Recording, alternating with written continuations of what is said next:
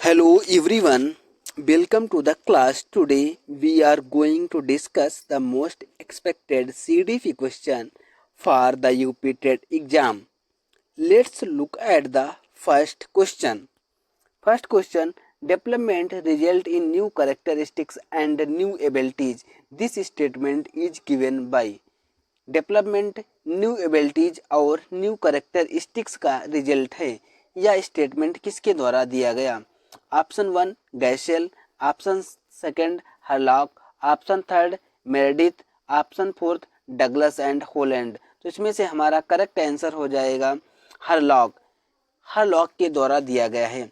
Second हमारा question है which of the following is the most essential for learning. Learning के लिए सबसे आवश्यक क्या है? Option one motivation, option second guidance, option third maturation, option fourth interest. तो हमारा इसमें से करेक्ट आंसर हो जाएगा इंटरेस्ट। लर्निंग के लिए सबसे ज़्यादा जरूरी इंटरेस्ट होता है। थर्ड हमारा क्वेश्चन है which of the following is not democratic in classroom teaching. Classroom teaching के लिए इनमें से कौन सा डेमोक्रेटिक टीचिंग नहीं है? Option one second, one lecture, option second project, option third heuristic, option fourth brain storming. तो इसमें से हमारा जो करेक्ट आंसर हो जाएगा लेक्चर हमारा क्या है कि डेमोक्रेटिक टीचिंग के अंतर्गत नहीं आते हैं, लेकिन हमारा जो प्रोजेक्ट ह्यूरिस्टिक ब्रेन स्टॉर्मिंग ये तीनों डेमोक्रेटिक टीचिंग के अंतर्गत आते हैं। जो प्रोजेक्ट है प्रोजेक्ट विधि को जॉन डीवी और किलपैट्रिक द्वारा दिया गया था। ह्यूरिस्टिक के संस्थापक हैं आर्मस्ट्रॉन्ग और ब्रेन स्टॉर्मिंग के प्रतिपादक हैं ओसबर्न। नेक्स्ट हमारा क्वेश्चन है which of the following is include in the teaching of understanding level. Understanding level teaching के अंतर्गत इनमें से कौन इंक्लूड शामिल किया गया है? Option one application, option second comparison, option third abstraction, option fourth exploration. तो इसमें से जो करेक्ट आंसर हो जाएगा हमारा कौन सा हो जाएगा? एक्सप्लोरेशन को अंडरस्टैंडिंग लेवल के अंतर्गत शामिल किया गया है। जो हमारा जो अंडरस्टैंडिंग जो लेवल है जो टीचिंग है उसको तीन टाइप से बांटा गया है। उनमें से एक अंडरस्टैंडिंग लेवल भी है, एक हमारा क्या है कि मेमोरी लेवल होता है, एक हमारा रिफ्लेक्टिव लेवल होता है जिसको हम चिंतनशील लेवल बोलते हैं। तो तीन प्रकार से डिवाइड किया गया है, memory, understanding and reflective teaching. Next हमारा क्वेश्चन है which of the following is the most subjective method of educational psychology. Educational psychology के अंतर्गत मोस्ट सब्जेक्टिव मेथड कौन सा है? Extrospection, option second introspection, option third observation, option fourth experimentation. तो इसमें से हमारा करेक्ट आंसर हो जाएगा इंट्रोस्पेक्शन। अगर देखा जाए तो ये सारे जो चारों ऑप्शन हमारे सब्जेक्टिव मेथड के अंतर्गत आता है, लेकिन जो हमारा मोस्ट सब्जेक्टिव मेथड पूछा गया है तो उसमें से हमारा इंट्रोस्पेक्शन हो जाएगा, मीन्स आत्मनिरीक्षण होता है। एक्सट्रोस्पेक्शन मीन्स होता है बाह्य दर्शन बोलते हैं। नेक्स्ट हमारा क्वेश्चन है according to G Wallas the first stage of the creative thinking. Creative thinking का पहला स्टेज कौन सा है जी वेल के अनुसार? Option one incubation, option second illumination, option third evolution, option fourth preparation.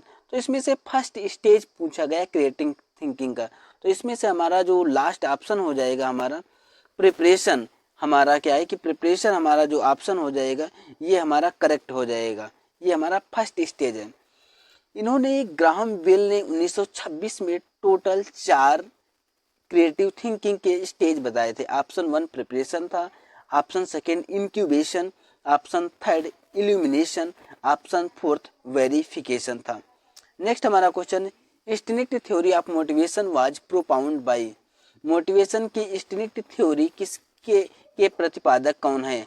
Option one William James, option second Abraham Maslow, option third McDougall, option fourth Simpson. तो इसमें से हमारा जो करेक्ट आंसर हो जाएगा मोटिवेशन की इंस्टिंक्ट थ्योरी को मैकडुअल के द्वारा दिया गया था, तो हमारा थर्ड ऑप्शन करेक्ट हो जाएगा। नेक्स्ट हमारा क्वेश्चन है व्हाई आप मिनिमाइज फॉरगेटफुलनेस। फॉरगेटफुलनेस को कैसे मिनिमाइज किया जाता है, जो विस्मय की बीमारी को कैसे कम किया, under option 1 under learning, option second defective method of learning, option third repetition of lesson, option fourth lesser attention of memorization. तो बताया गया कि विस्मय की जो बीमारी है, भूलने की बीमारी को कैसे कम किया जा सकता है।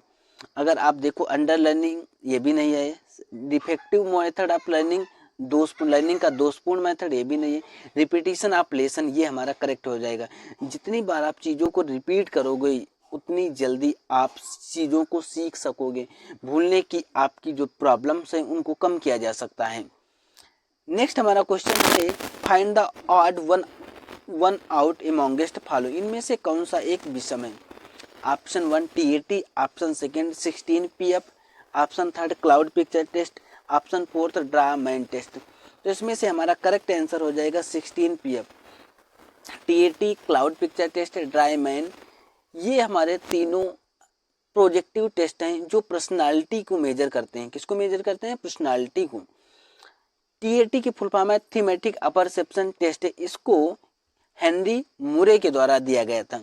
जो क्लाउड पिक्चर टेस्ट है इसको विलियम स्टैन के द्वारा दिया गया था। एक आपसे पूछा गया 16 पीएफ, ये क्यों नहीं? क्योंकि ये बड़े स्तर पर पर्सनालिटी को मेजर करता है, जिसको कैटल के द्वारा दिया गया था, याद रखना है। नेक्स्ट हमारा क्वेश्चन है attention is the concentration of conscious upon one object rather than upon another. This statement is given by. किसी वस्तु की अपेक्षा एक वस्तु पर किसी दूसरी वस्तु की अपेक्षा एक वस्तु पर चेतना केंद्रित करना कंसंट्रेशन अटेंशन है। यह स्टेटमेंट किसके द्वारा दिया गया था? डम्बिल के द्वारा, रॉस के द्वारा, मन के द्वारा, मैकडुअल के द्वारा। तो ये हमारा जो करेक्ट आंसर हो जाएगा इसमें डम्बिल हो जाएगा। डम्बिल हमारा इसमें करेक्ट आंसर हो जाएगा। नेक्स्ट हमारा क्वेश्चन है which of the following is not the theory of the development, इनमें से कौन सी डेवलपमेंट की थ्योरी नहीं है। ऑप्शन 1 हमारा क्या है?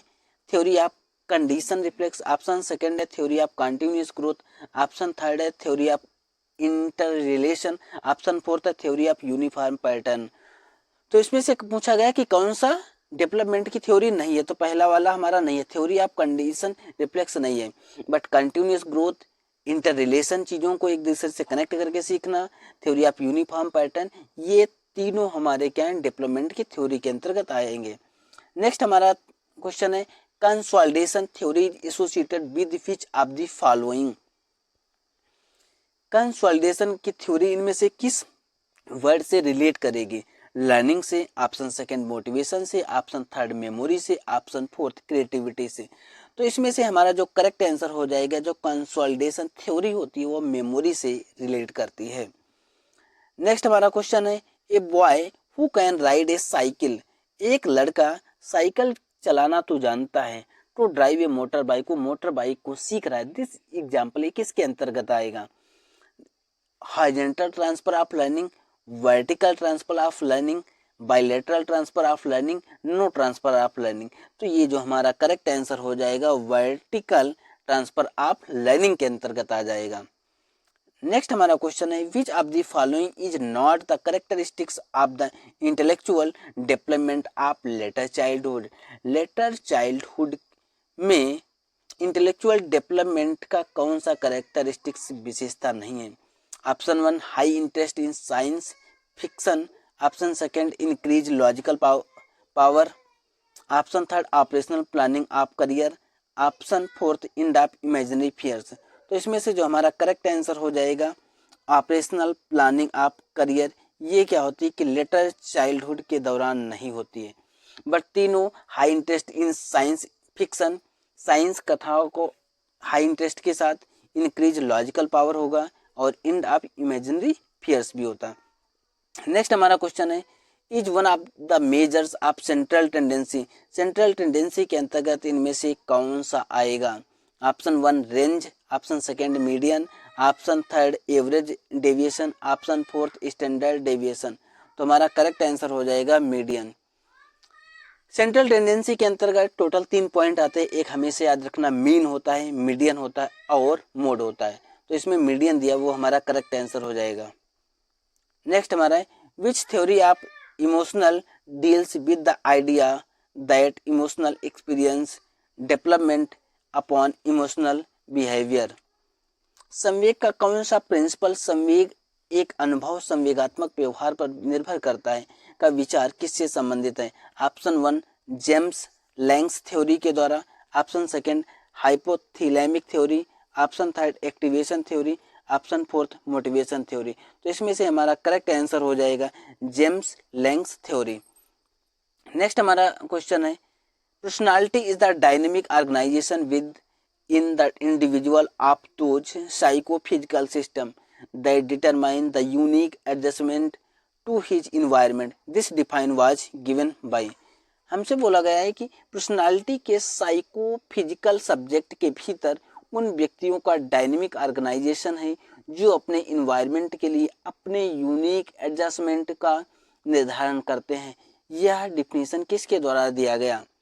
ऑप्शन 1 एमएल मन के द्वारा, ऑप्शन 2 एस फ्राइड के द्वारा, ऑप्शन 3 GW अल्पोर्ट के द्वारा, ऑप्शन 4 है JE डेशियल के द्वारा। तो इसमें से हमारा करेक्ट आंसर हो जाएगा GW अल्पोर्ट हमारा करेक्ट आंसर है।